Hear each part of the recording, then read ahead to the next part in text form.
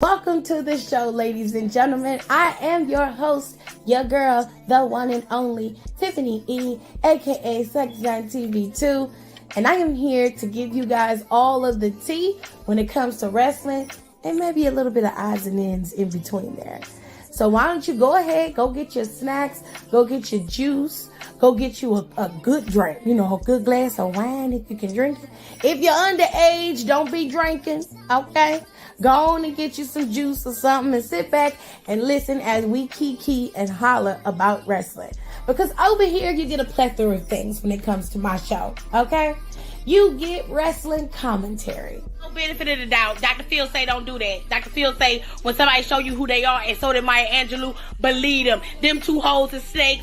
They been snakes, and them hoes was like that when you got there, and they like that now, so fuck them both. And they did the right thing by letting them headline WrestleMania. They most definitely deserve to headline WrestleMania, and that is how you close a mania. What else we get? You'll also get a weekly recap of every single show that WWE has to offer. Monday Night Raw after show, NXT after show, and of course a Friday Night Smackdown after show. You'll also get a recap of all the big 5 PLEs. I even do the Saudi shows for you. And then, if it's good and worth the time, I may even throw a little AEW in there. But of course, I will do my best to make sure I recap as many PLEs as possible. If I don't have it, then I'll throw it to one of my friends who do know it. We also cover pop culture, and we have really good time over here with lifestyle and just giving advice. So, if you're ready, it's showtime, and that is on the ancestors, baby. All right, y'all. Welcome to the show. It is late. I had to go late today. I had family over here, and I was spending time with them. I did watch Smackdown. I definitely did watch Smackdown, but we're gonna talk about it. Okay, we're gonna give y'all all the tea about Smackdown. It was a very good show. We got what we needed, not what we wanted, but we got what we needed. Okay. Well, technically, it was what we wanted. It most definitely was what we wanted. I will say that. And it was a very delicious moment. It really was.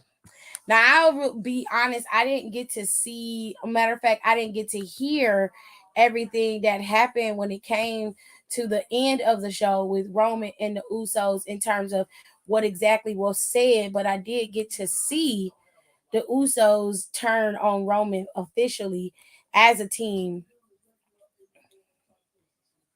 and leave Roman hanging 100%. But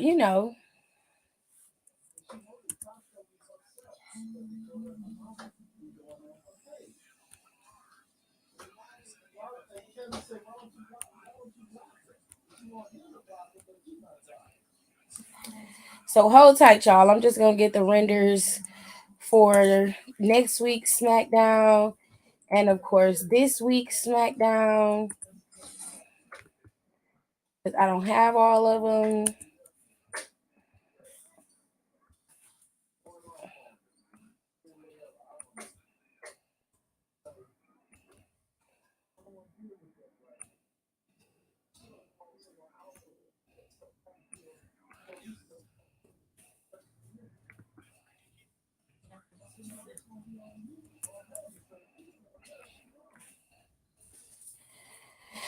Alrighty, y'all.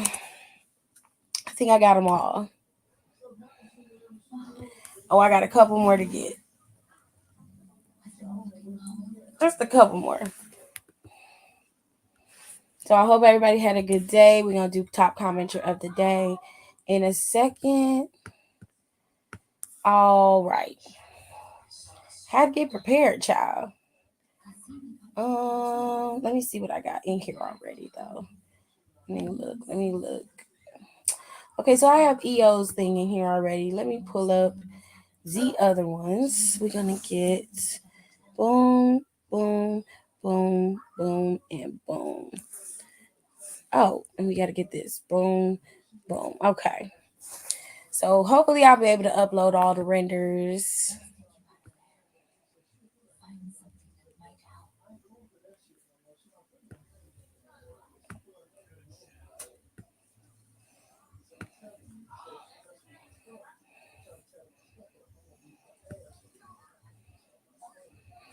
All right. Kenny said she got buffalo chicken dip in the mini fridge. Listen, my brother makes some of the best buffalo chicken dip in the world. I will argue anybody to the ground about that shit. That nigga's buffalo chicken dip is fire. Dry. Am I lying? It's legit. Okay. Christopher be making some buffalo chicken dip. Okay. He be tearing some buffalo chicken dip up. I want to put some egg rolls, but I haven't had a chance to get some egg roll wrappers to make it. But when I do, it's gonna be on up and through here. Anyways, let's get to the top commenters of the day. Can you turn it down just a tad? Nika was number one. She came in right as I went live. So shout out to Nika for being one of my top commenters of the day, my numero uno. And then you've got Sasha. Sasha was number two. Shout out to you, Sasha, for coming in early. And then Rico was number three. He's one of my moderators and one of my peoples. And he came. What is this? It's a demo called Lies of P. Are they robots? Yeah, they're puppets. They move like fucking zombies. It's weird. Oh my god. It reminds me of We Happy People. Hold on, y'all. We Happy Few? Yeah. Where's my cord at for my... I need to plug this up. I think it's about to...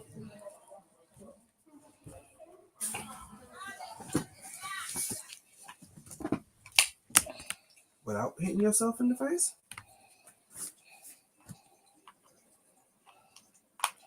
Okay.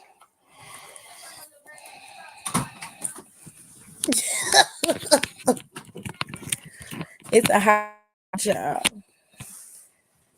Just so y'all know. It is a house full. But I appreciate y'all being my top commenters of the day. So thank y'all for coming in when I went live. I appreciate you. Let's get into the show, shall we? Hello, Kayla. Hello, Kenny Ken. Aaliyah, another moderator, is here. Janelle. Making pizza bagels. I haven't made a pizza bagel in forever. What's in that bowl? Rest of my chips. Oh. Hi, Icy Brazy. How are you? Don't worry, we can do one. Gotta go before I go to bed. She said, yeah, you was very much on time. Don't worry. Hello to you, young boy Jay. Hello, Tay. Kenny said Jay was basically saying how he got to be main event Uso and shit like that, and how Jimmy was out and he's out to commit super kick. That part I heard, but the part I didn't get was before that. It was I got the part where Roman said that Jimmy didn't want Jay to be the next in line to be the tribal chief. I got those, but it was from that part up until then. But what I missed was the confrontation between the three of them, that discord between the three of them. I didn't catch everything. I did hear Roman basically say that he couldn't be a twin in order to be the tribal chief. And I was just like, And then he said something to the effect of, it took y'all 10 years to make it to WrestleMania. That's not true either. To main event it, yes, but to make it to WrestleMania, no. And then he was like, y'all just started getting these Usos chants. That's also a lie as well. The Usos had already turned before Roman had even decided to become the tribal chief, or before he was allowed to get there. So his timeline of events is a little bit skewed, or very much skewed. It's almost as if he believes he made them or something, when in fact they was talking about day one-ish, way before he even came around. Before he was even a part and they even started a bloodline, they was wearing the day one-ish shirts. You know what I'm saying? And it's like, nigga, is you smoking the weed? Are you smoking cocaine? Like, what is wrong with you? Paul Heyman's thick ass got you twisted out here in these streets. And you know damn well that you was not the one that gave them anything. They was already on top before you even got there. Your cousins got more tag team titles than you have tag team championship reigns. And they are the longest reigning tag team champions of all time. So you gotta get them they motherfucking props, nigga. Stop talking that bullshit. Don said, I am not Jasmine, I am Aladdin. These dogs on pet sitting showing Sully's ass up. He's embarrassing us. It happens. Yes, that's his dog's name. I is a chicken dip connoisseur.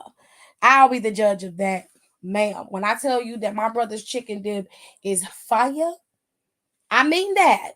And I will argue anybody to the ground, including you, Kenny Ken. We can fight.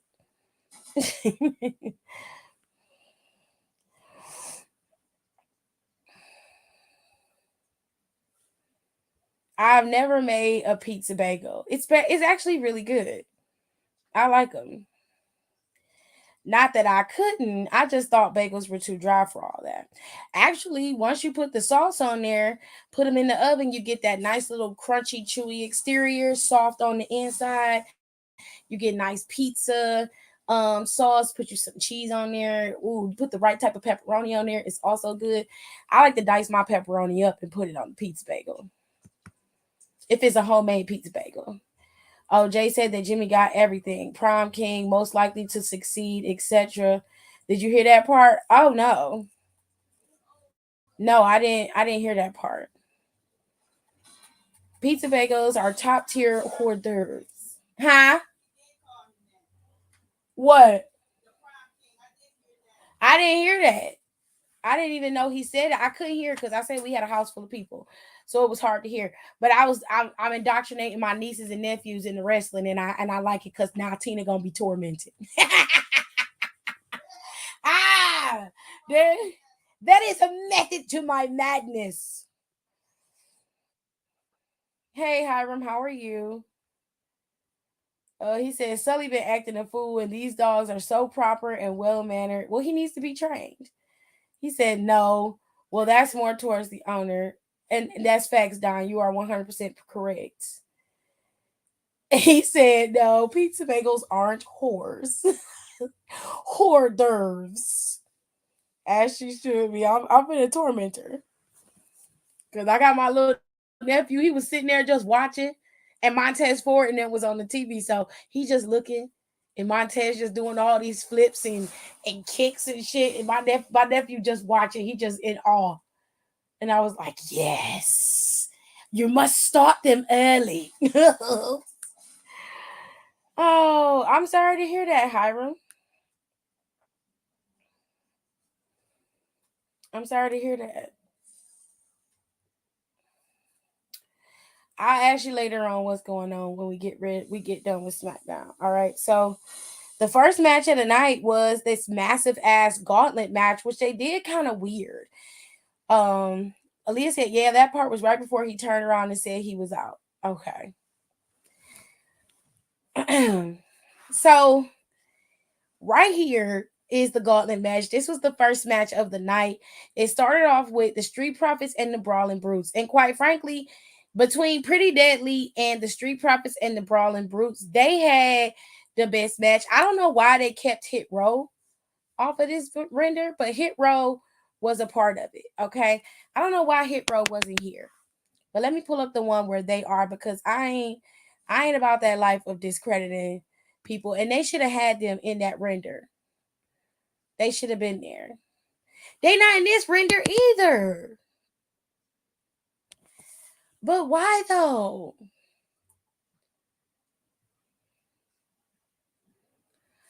But why weren't they in that render? That's so weird. Literally, Hit Row had the fastest elimination. I hate to say it because I like Hit Row and I really think they just need an opportunity to shine, to be for real. And but I think that AJ Francis, and I'm not trying to be rude, AJ Francis dropping that weight, that heavy weight and that water weight like he did, but not putting on any muscle weight behind it. I think that hit Row a lot. Um, I really think he should be broken up, like football style broken up. But they were a part of the match. They were a part of that gauntlet match. And Damn it.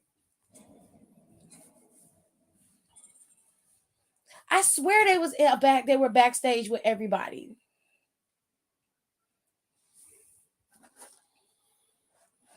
Either way, this match was weird. The way that it was set up, all of the teams were outside the ring. I guess that was to cut down on time of them coming out there, which makes sense to me. I don't have a problem with that. Now, for the most part, everything in that match with Street Profits and the Brawling Brutes was pretty solid. There were some pieces that were a little botchy, a little glitchy, but it was solid. As it moved on from the Street Profits, is where quality went downhill. So when it moved into the Gallows and Anderson, that's where it started to get a little shaky. Once it got to LWO, it continued to be shaky. And then when it got to because there was some bumps and things that didn't sit right with LWO. And then when it got to Hit Row, that was a little shaky. I mean, they literally just kicked AJ Francis in the face and pretty much laid him out, and that was it. There wasn't no fight there. The fight came with Pretty Deadly, and even with Pretty Deadly, it was a little shaky. This gauntlet match wasn't as good as I wanted it to be, but it did what it was supposed to. So next week, I believe it's next week. Yeah, next week you're gonna have Pretty Deadly. Is it next week or is it gonna be? Hold on.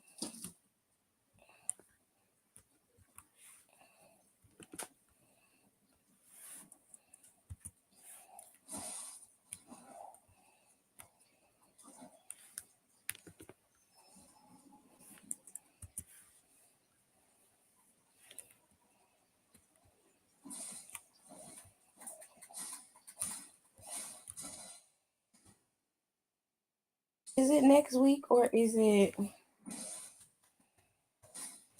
I feel like it's not next week.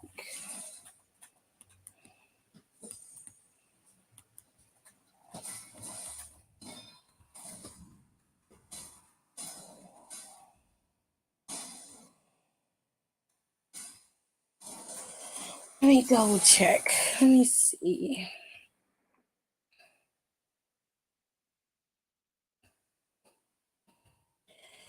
So I gotta find my way back to you, baby. Gotta find my way back to you, baby. So it looks like this is gonna be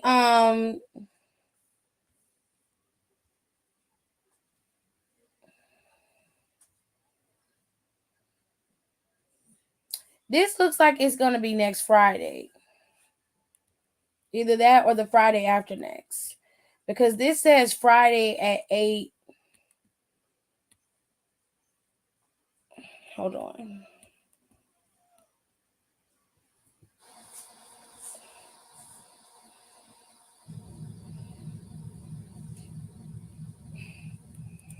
Them children want me to get up and make them breakfast. Okay, so they're gonna be in London when they do this match for them. So y'all are right. I'm just double checking. Yeah, it's gonna be June 30th. So their match is 2 weeks from now. I'm sorry, I had to make sure. This match is 2 weeks from now, as is Charlotte Flair's match with Asuka. That is also 2 weeks from now. Okay. And then next week, you're going to have the tag team titles unification with the girls. Okay. So you're going to have Asuka and Charlotte battling it out for the new WWE Women's Championship. And then you're going to have the Undisputed Tag Team Championships defended against Pretty Deadly. This is all taking place. Oh boy. This is all taking place before Money in the Bank. I don't think there's enough room on Money in the Bank for these matches. And because they're keeping the cards for Money in the Bank under 2 hours, they are no longer allowing these matches to be on there, which quite frankly, if you ask me, I would have pulled Cody Rhodes and Dominic Mysterio from Money in the Bank. That match should not take precedence over a tag team title bout, especially this match. Charlotte Flair is a draw. Now, if Charlotte's not going to be in London to compete, then I feel like, well, they're going to be in London on June 30th. So my thing is, why can't you have Charlotte Flair and Asuka have that match at Money in the Bank and not before Money in the Bank? Now, whether it's blended to the storyline or not is irrelevant to me, because it just seems like you're just cutting off a lot. Not fuck them kids. Child, I don't want to get up at 9 o'clock in the morning to make breakfast. I truly don't. My husband is not in the best of moods, and I'm not going to be able to ask him to help me make them kids breakfast. Anyways, so let's get into the show. Like I said, they had the gauntlet match. It was cute. Pretty Deadly ended up being the winners, which leads us to the week before, the night before Money in the Bank. We are getting Kevin Owens and Sami Zayn versus Pretty Deadly for the Undisputed Tag Team Championships. Okay. Now,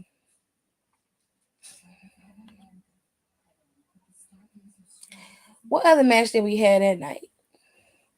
We didn't. We had Grayson Waller's show. Because they don't be thinking. Finished Archer, August 30th. Let's go. I haven't watched Archer in a while. Anyways, we seen the writers team are a bunch of racist white mice running around a wheel. Oh, God. That's a lot. Look at the parents. You don't have kids. You're right. Anyway, Charlotte Flair was on Grayson Waller's show. And I've noticed that since Grayson Waller has been pulled up from NXT, he's quite tame. But he did ask Charlotte Flair about her beating Asuka, and she said, I have Asuka's number. I've beaten her before. It's not hard to do. Bianca told Adam straight up, they was in the back, and Adam said, I'm trying to find a solution to rectify this, but I need you to be patient. She said, patient. Bianca was like, so I went about this the right way. I did what I was supposed to do. I was, right down the middle with you. I was open and honest. I expected the same thing in return. I did not get it. So she was like, you know what? Now I'm going to do this my way. Right, wrong, or indifferent. I'm going to do it my way. And she walked away. Now, Charlotte had a conversation with Grayson Waller today. Grayson Waller asked Charlotte about her being the champion again. Are we going to see a 15-time champion in Charlotte Flair?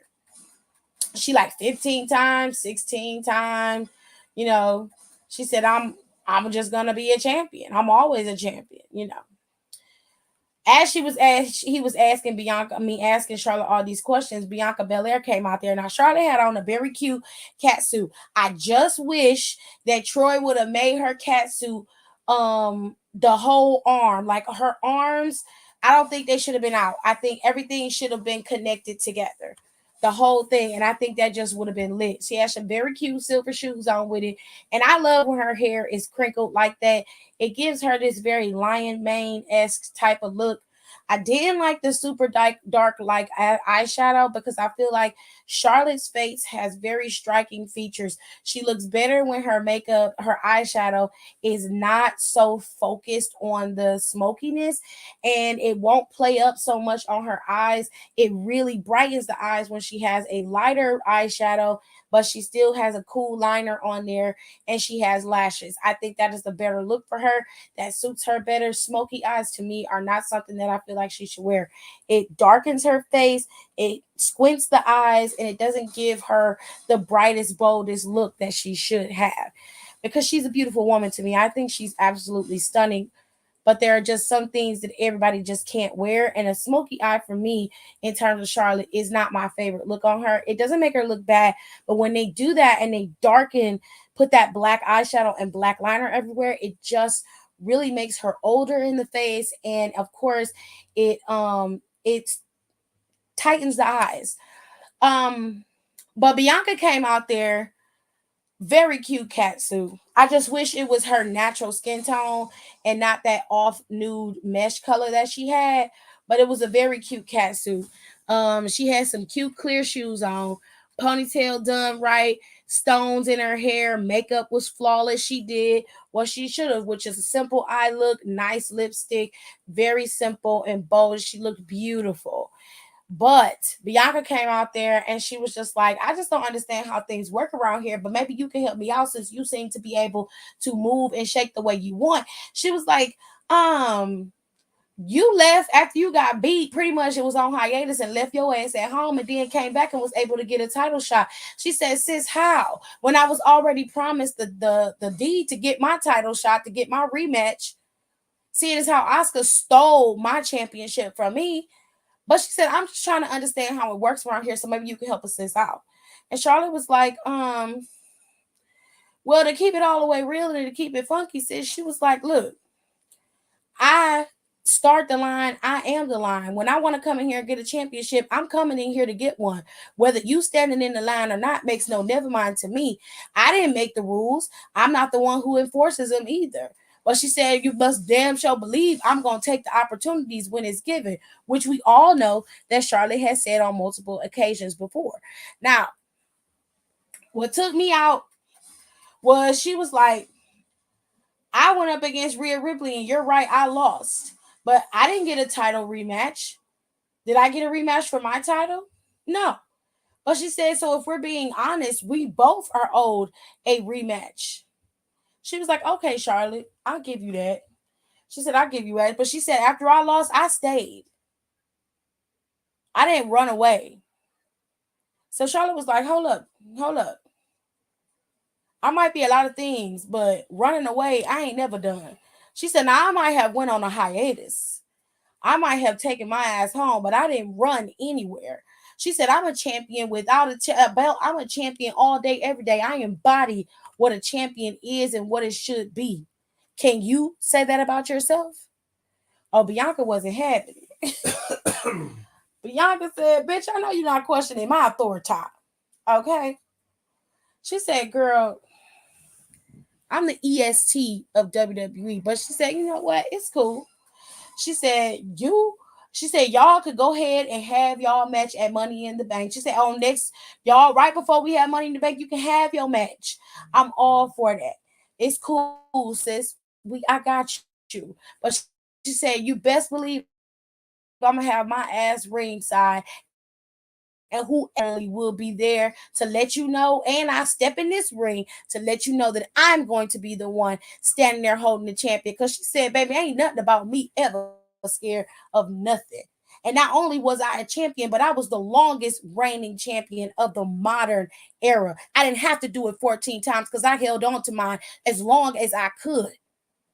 But, you know, I ain't never challenged your accolades. It is what it is. You a 14-time champion, but I guarantee you before the day is out, I am going to be holding that championship, and I will be the WWE Women's Champion. And she sasayed her ass up out of there. And I was like, you better read that bitch. There was nothing Charlotte could say. What could she say to that? Because it was all facts. Charlotte is a 14-time champion, which means you lost 14 times, bitch. That means that your ass could not hold the title long enough to make it into a record, like, say, a Roman Reigns or a Bianca Belair or even Asuka for that matter.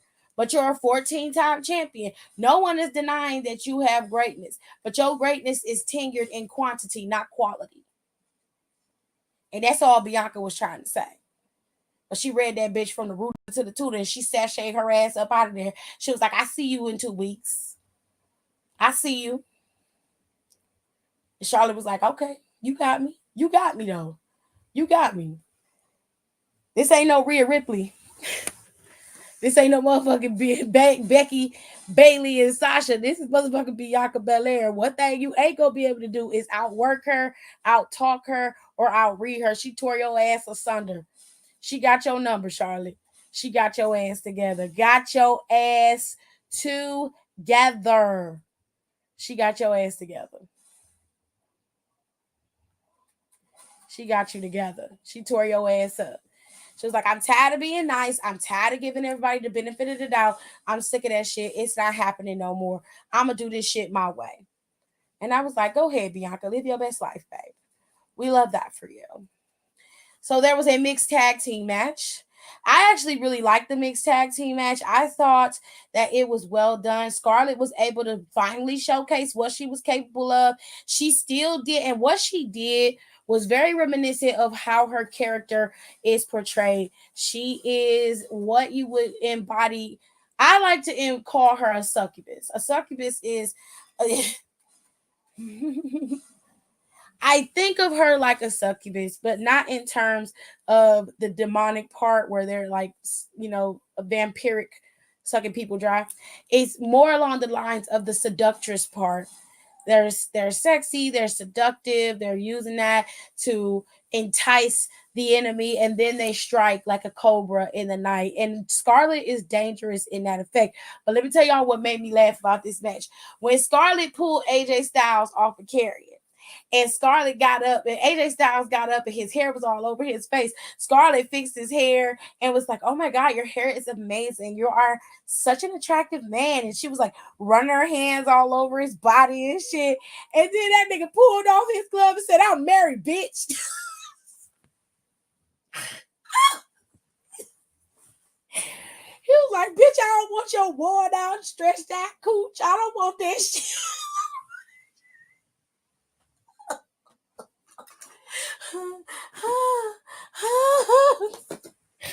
Child, when I tell you I was living for that moment, it took me at the skeleton hands in this render make me think she's grabbing her titties. I think that's kind of the point.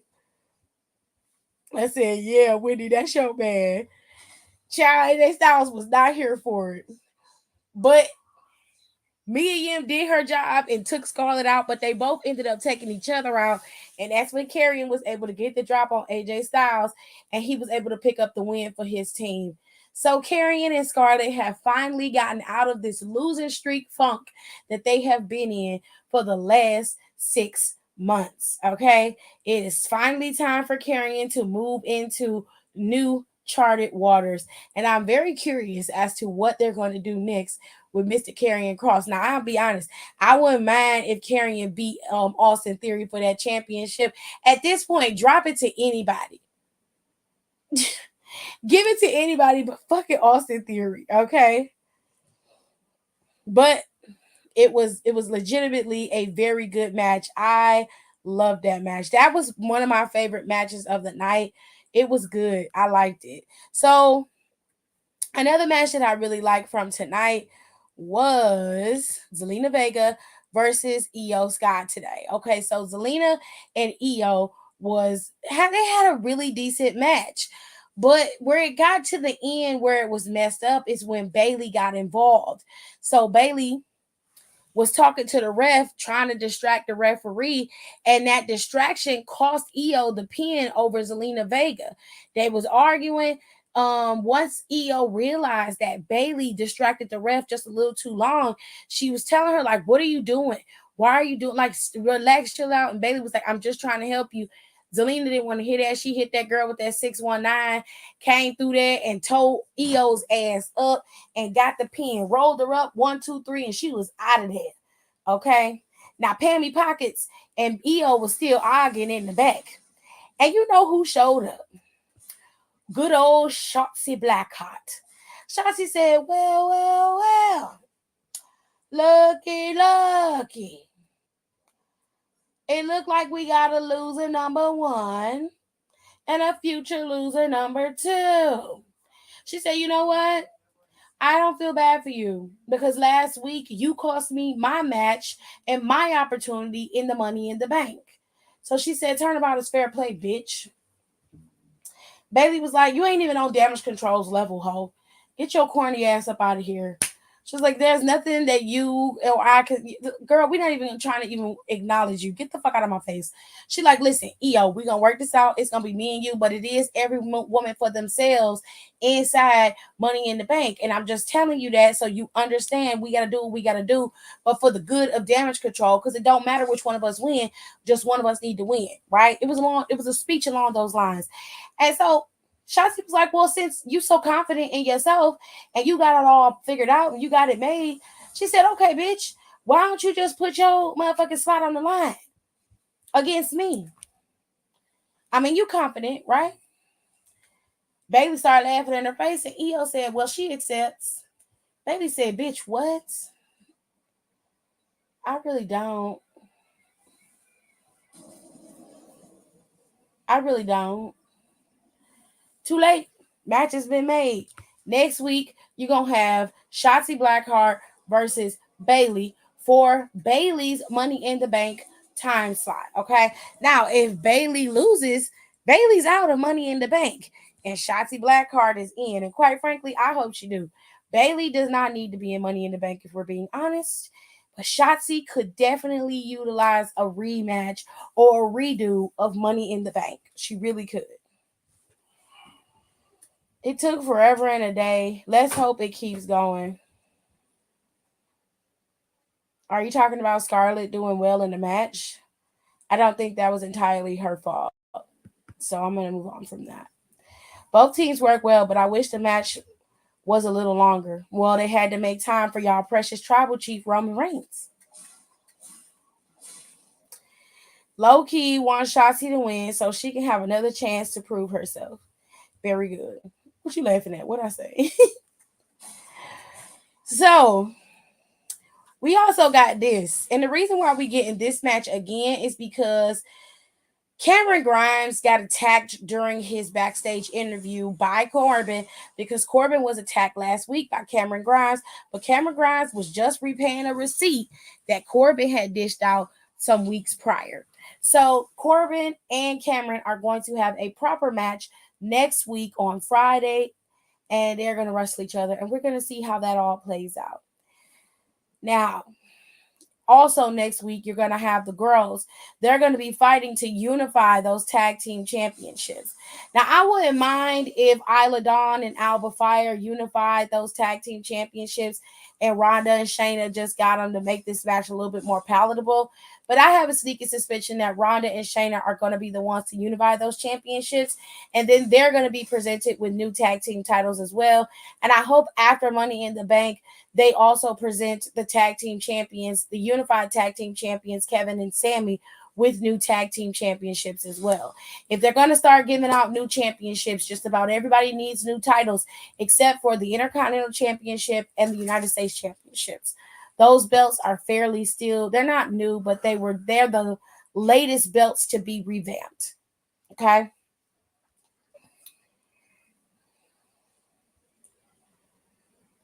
I meant Carrion is so rocky with his booking. Okay. EO saying she accepts. Child, she accepted on behalf of that child. Okay, but I feel her because Bailey was accepting shit on her behalf without asking her. So turnabout is fair play if you ask me. Baron is doing double duty. Yeah, he doing double duty.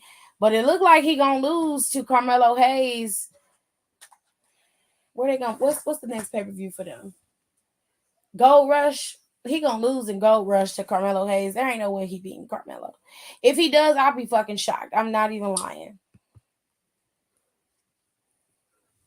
Honda Civic and Raccoon, child. I like Unholy Union, but like I said before, Ronda and Shayna make sense. I agree. All right, so now we're moving into the nitty gritty of Friday Night SmackDown. Roman Reigns made his return to the show. They got his render right. Well, he real golden brown. He real golden brown. He look real mixed in this picture, don't he, babe? He look real mixed. You tired? I know you tired, shit. He look real mixed in this picture. But anyways, Jey Uso had a decision to make. It was either the bloodline at his ascension to being the next tribal chief, or he was gonna stick it out with his lonesome, well, his lone wolf, his ace coon boom, his numero uno twin brother, Jimmy. Shit off the floor. So let me give y'all a little bit of info. Some of y'all know and some of y'all don't. Some of y'all that's watching in the playback need a little bit more insight into what's going on here. I'm going to make it short and sweet. I promise it won't be long-winded. You see, Jey Uso was Roman Reigns' right-hand man, but he was the first one in the bloodline. He was the first one to be the one of the members of the bloodline. He was dominant force, angry, always ready to serve, and always did Roman's bidding no matter what. Once Jimmy got off of the injury list and was prepared and ready to go, it took him a little bit to get acclimated into Roman Reigns' regime. While we count Paul Heyman as probably one of the first, he is a liaison. He doesn't count to me as a member or a family member. He is simply somebody that Roman Reigns uses as a confidant to give and relay information in and outside of the bloodline. He also relies on Paul Heyman in terms of his praise, obviously, but more specifically for his guidance through his career, which for him it's worked out in his favor. But right now, we were at the cusp of a very big decision for Jey Uso and, of course, the bloodline as a whole. If Jey Uso chose Roman Reigns over his brother, it would have been catastrophic for their family and the relationship that the brothers had. But for whatever reason, there was a lot of, how can I put it? There was a lot of give and take, pros and cons, good reasons and bad reasons to accept an offer on both sides. To be with his brother Jimmy means his freedom, his own opportunities, and his ability to move and shake without having to ask Roman for permission like a child. There was nobody lording over him. He can make decisions all on his own. And at the same time, him and his brother could still continue to move as a unit, or they can operate as individuals and still work as a team. They didn't have to worry about taking orders or feel like they were being bogged down by handling all of Roman's tragic matches. Because every match that Roman was in, the Usos were protecting him at all costs. And that was way before Solo even was thought about joining into the bloodline. But if he chose Roman Reigns, that means his brother Jimmy was left out in the cold. And he would be the one to make the ascension to the top of the mountain. Or would he? With Roman Reigns' track record and the way that he has treated his brothers, cousins, and even Paul Heyman, it was only a matter of time before Roman really gave Jey Uso what he really wanted, which was even more public humiliation and devastation. There was no way that Roman was going to let Jimmy walk away easy or be in the bloodline and causing all this drama and grief. Roman, he doesn't operate under the guise of, well, you made your decision, I'm going to accept that. It's either my way or the highway. There are no exceptions. So now we're here. Jey Uso had a decision to make. It was his freedom or his loyalty. When it came down to it, Jey Uso came out there and he made his demands. If I'm in the bloodline, Paul Heyman is out. Roman Reigns said, Paul Heyman is my right-hand man. He's my wise man. He's not the bloodline's wise man. He's not the bloodline's liaison. He's mine, which means I make the decisions. I'm the one who tells you who comes and who goes, when to piss, when to eat, when to shit. That's me. You follow orders and do what I tell you to do. But you can't do that when you just being a twin. I got you set up to be the next in line to be the next tribal chief. And I can't have you doing that if you want to just be this little boy's right-hand man. It don't work that way. Now, Jimmy came out there, and for the most part, I saw that they were having a back and forth. But Roman was real confident in making sure Jimmy was on his side. Now, what he did was a full-on master manipulation technique. He said to Jimmy, well, Since you're so conflicted, let's get into it. Ask your ask your brother who all was against him being in the bloodline, or rather, you being the tribal chief, because everybody in the group was happy about it, except who?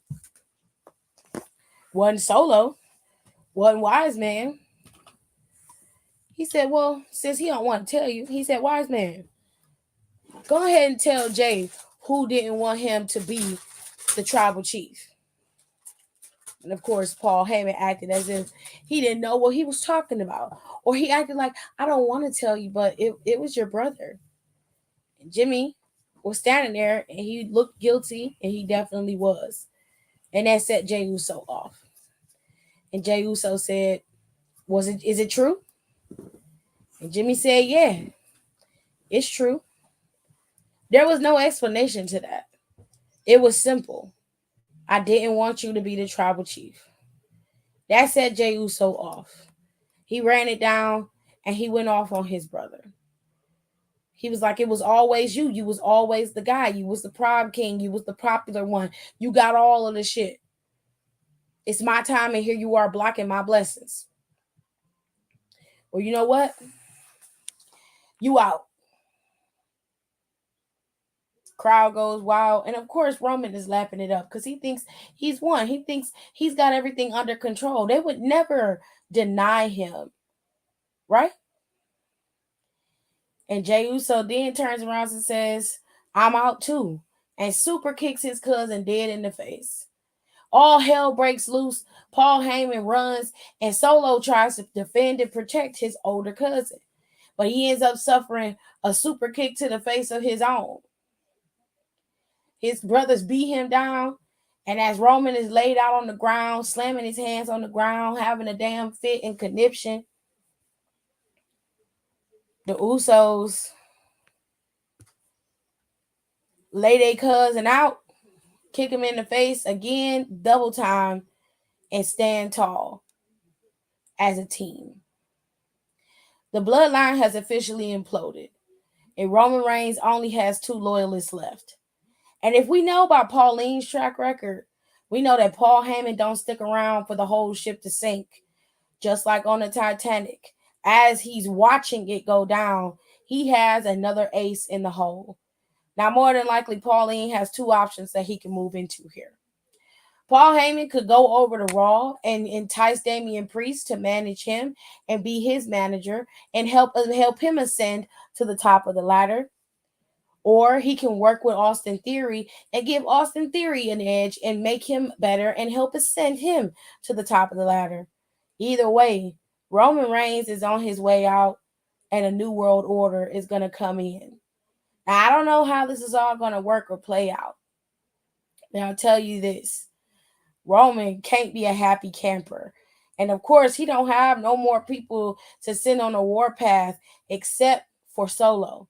Now, Solo, more than likely, is going to have to pay the price for his brother's betrayal. Because, Roman got to get his lick back at some point. But I guess we'll have to wait and see how that plays out as well. And that, ladies and gentlemen, was Friday Night Smackdown. It was a solid show. And it was very interesting to watch. I really enjoyed watching that. It was a nice little swerve. It was very well done. They acted it out beautifully. You got to give Jey Uso and Jimmy and Roman their props because they really did sell that shit. They really did. Just laid out for the Lord, child. At least this time he don't owe money. Okay? Paul did say he wanted to manage Ronda at some point. I'd rather he manage Austin Theory or Damian Priest, if we're being fair.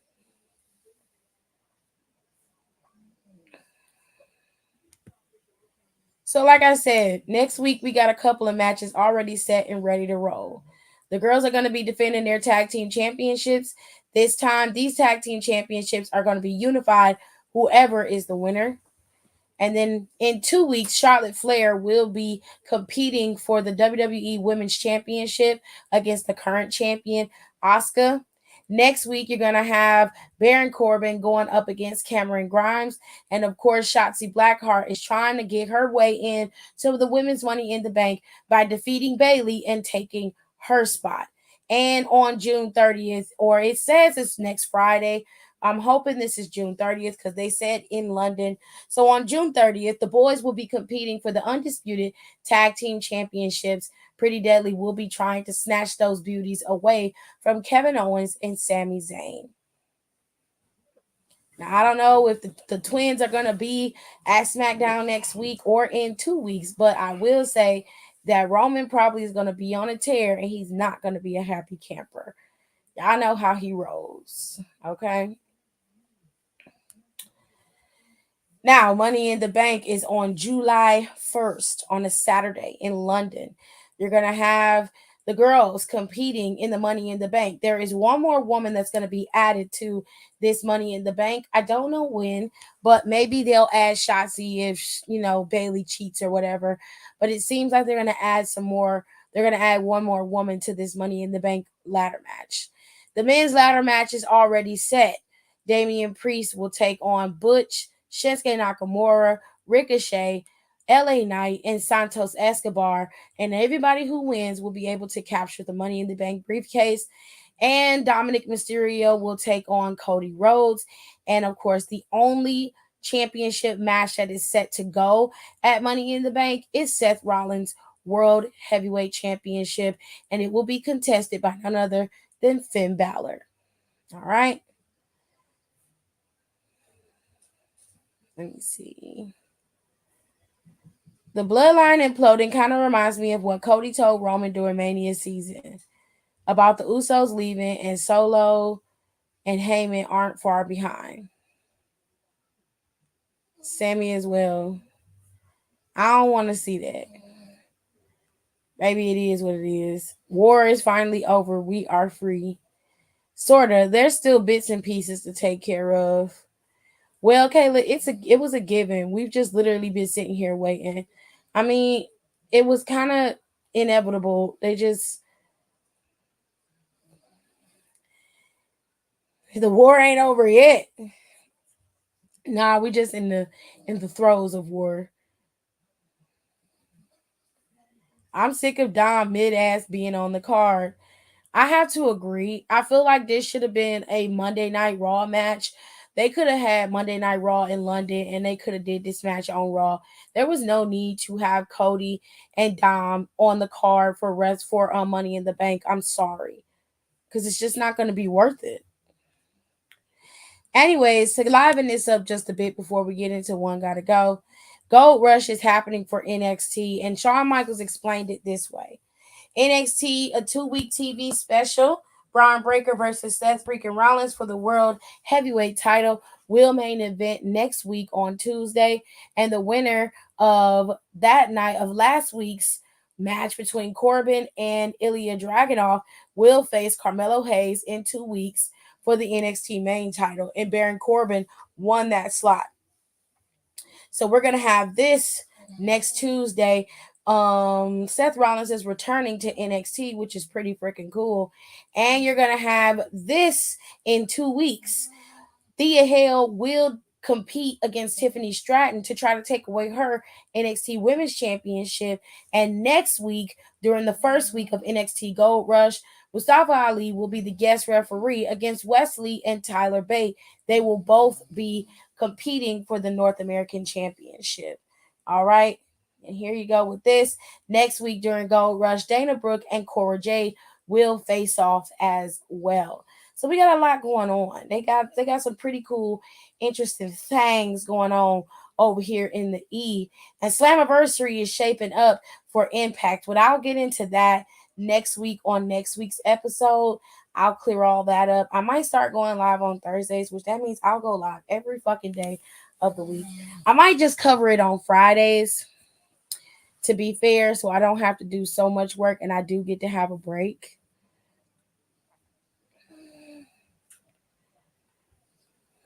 He said, like, it's overkill. Dom gains heat, but his matches are never worth more than decent. I have to agree, but you know what? They do what they want to do, babe. They don't listen to us. You know they don't listen to us. They don't like us. They don't like us.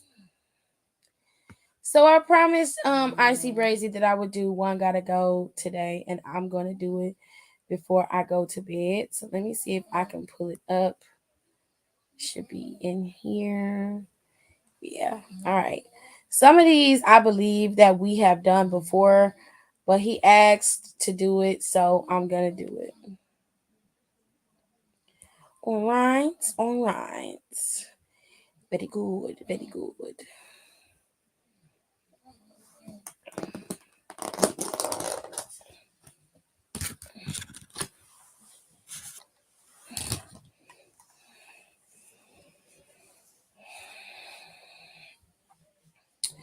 All right, so it's One Gotta Go, and this is the way he gave it to me. At the top you have Lil Kim. I don't even know who this girl is in the left hand. I'm gonna go to the next one because I don't know who the next one is. Only when it's convenient, child. All right, so we're gonna do this One Gotta Go, and then I'm gonna go to bed. One Gotta Go from left to right. Mariah Carey. I don't know who that is. Is that Coco? No, that's not Coco. Who is this? Who is the girl with the hat on her head?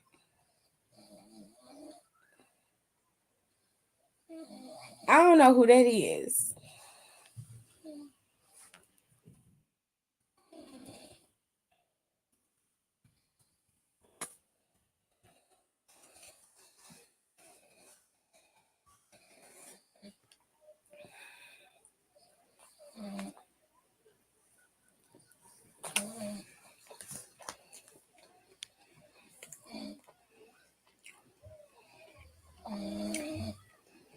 Babe, that's not Faith Evans.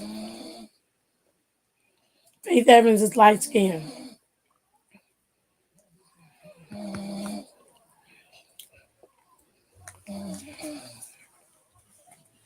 I have no idea who this lady is.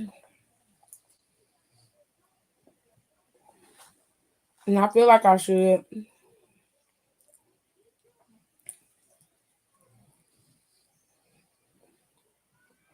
Not Faith Evans.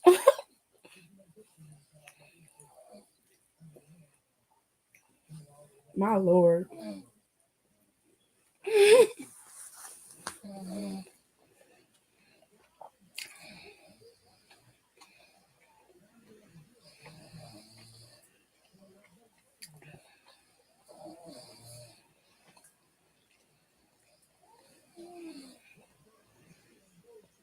If we're being fair, Jennifer Hudson can go. I'm not the biggest fan of her music.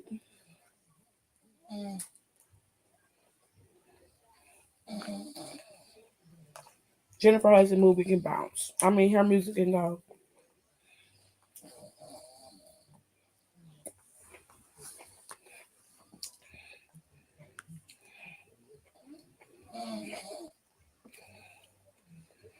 One Gotta Go and all his work.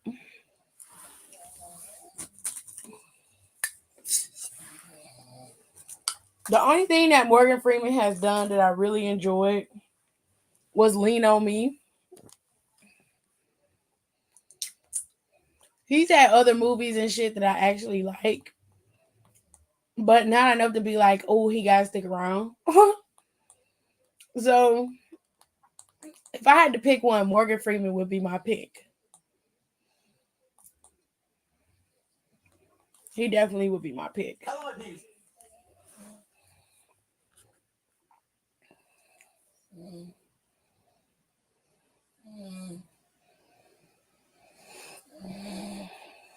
Who y'all picking? One Gotta Go.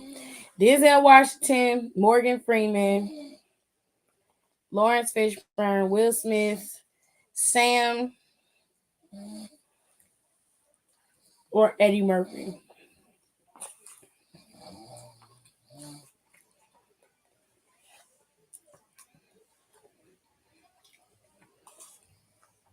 You're right. Hmm? Please put your mask on.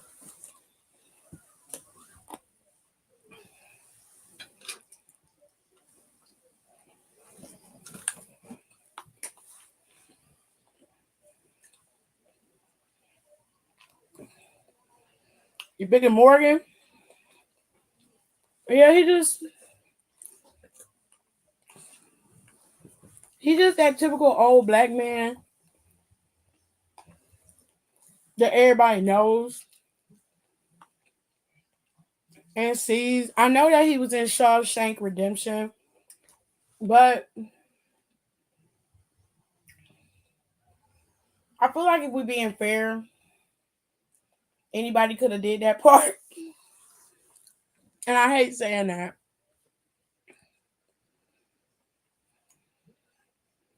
I'm only doing what Icy Brazy sent me. So I know I've done this one before. I couldn't pick none of these.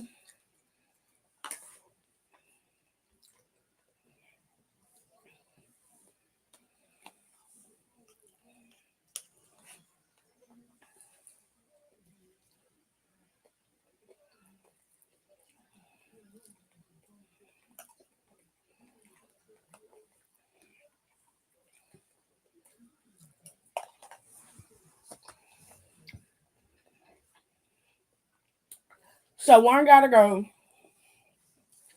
AJ Styles, Kurt Angle, Daniel Bryan, or Chris Jericho.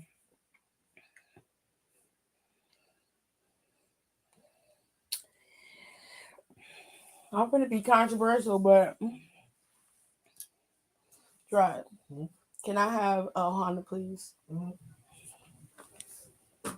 I feel like I can live without Daniel Bryan.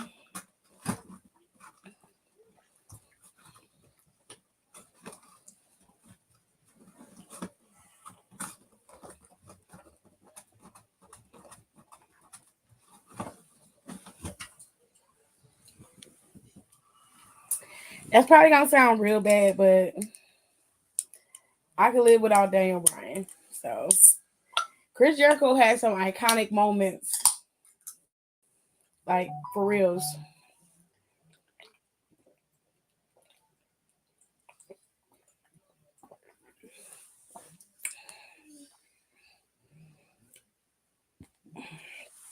I definitely can. Daniel Bryan didn't do nothing for me. He had a good match with Adam Cole that I forever will say is one of my favorite matches. Hands down, one of the best matches I've ever seen.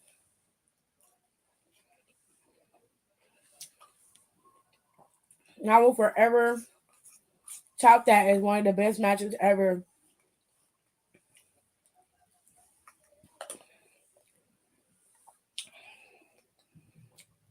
But I am okay with him not being around.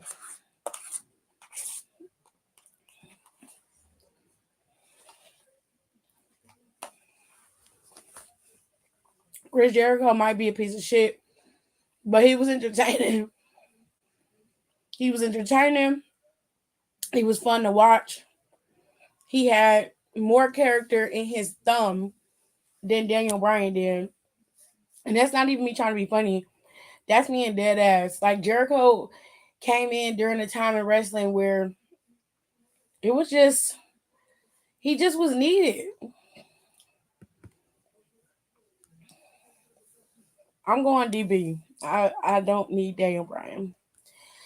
Final one gotta go. Women's champions. Melina, Michelle McCool, Layla, or Mickey.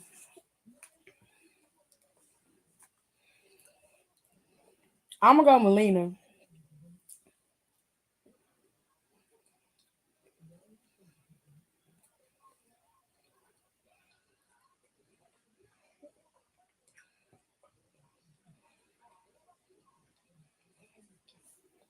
Let's see what y'all did.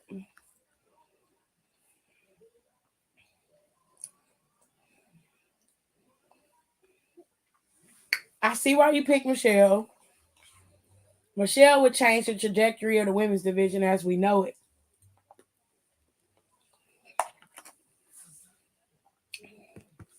So I'm not mad at that.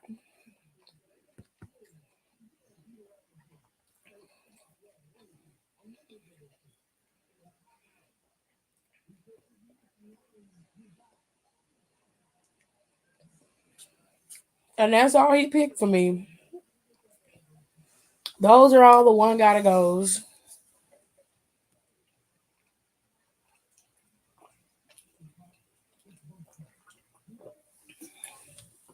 All right. I hope y'all enjoyed my review of SmackDown. I will make sure that I come back next week. Full commentary on my Instagram page. And we talk about Raw. We're going to talk about Instant NXT. I'm going to talk about Impact on Friday. We're going to talk about SmackDown on Friday. It's going to be a fun time. Okay. I will see you guys next week. Toodles. I'll be in here quoting Tiffany Stratton. Lord have mercy, Jesus. Thank y'all so much for being here, and I appreciate every single one of you guys for being a part of my show. Please be sure to check out my wrestling podcast, Down for the Count, with my girls, and of course, the personal podcast with the entertainment, pop culture, and news called the KTT podcast. Like I said before, we have pop culture that we just love to talk about. Okay, pop culture includes any and all celebrity news. I have the Red Rum True Crime series where I talk about all of the stories in the news that have to do with murder and anything very, very high profile in terms of murder. And of course, we have Am I the Asshole Fridays and Twitter stories. That includes my personal recap of the SBC chat and of course, some Reddit Am I the Asshole stories that need my advice, honey, because I just love to talk. So, if you love me, please do me a favor, run on over there and follow both of my podcasts. Because the wrestling podcast is where it's at when it comes to the wrestling. The girls always got it handled on that front. But y'all, my other podcast is my personal baby, and I really want it to pop off. So go over there and follow both of them. They're both available on Spotify. And don't forget to rate, comment, and subscribe. And I will see you guys in our next one. Bye.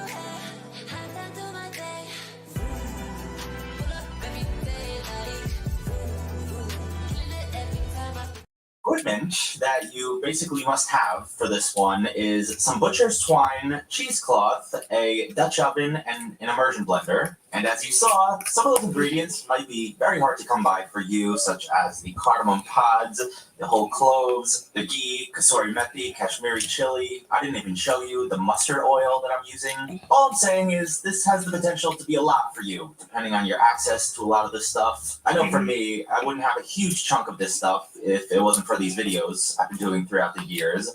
I actually started planning a video such as this one a couple years back. I think it was way before butter chicken, actually. And it was this recipe that put me off the idea, just because there was so much stuff I would have had to buy, if I could even find it all at once back then. So do with all this information as you will. And it's not just the ingredients that are leveled up with this one. You have to make a makhni gravy with whole tomatoes, 12 or 13 of those other ingredients, and that's going to cook down for about 45 minutes to an hour until you can blend it all together. You gotta make an onion tomato masala, which is finely diced onion and tomato primarily. And then on that second day, when you pull your chicken out, you've got to line a cookie sheet, throw it in a 350-degree oven for about 25 minutes. I know I've been hard on this one so far, but I am genuinely so excited to give this a try. Every single component has smelled unbelievable so far, and it's not even close to the same amount. Look, I know. Sorry, y'all. I gotta go. I know that you